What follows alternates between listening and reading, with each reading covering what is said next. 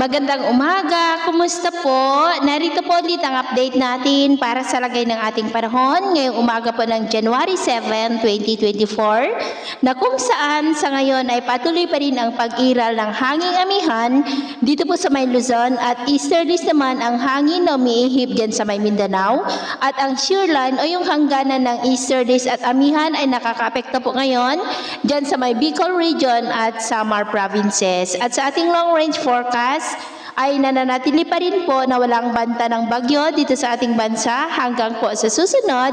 na 2 linggo. At sa lagay ng ating panahon, ngayong madaling araw ay maayos ang panahon sa malaking bahagi ng ating bansa pero may tsansa pa rin ng mga isolated rains sa ilang bahagi po ng Bicol Region, Oriental Mindoro, Palawan, ilang bahagi ng Aklan, Capiz, Northern Samar, Eastern Samar at Dinagat Island. At mamaya ay sisikat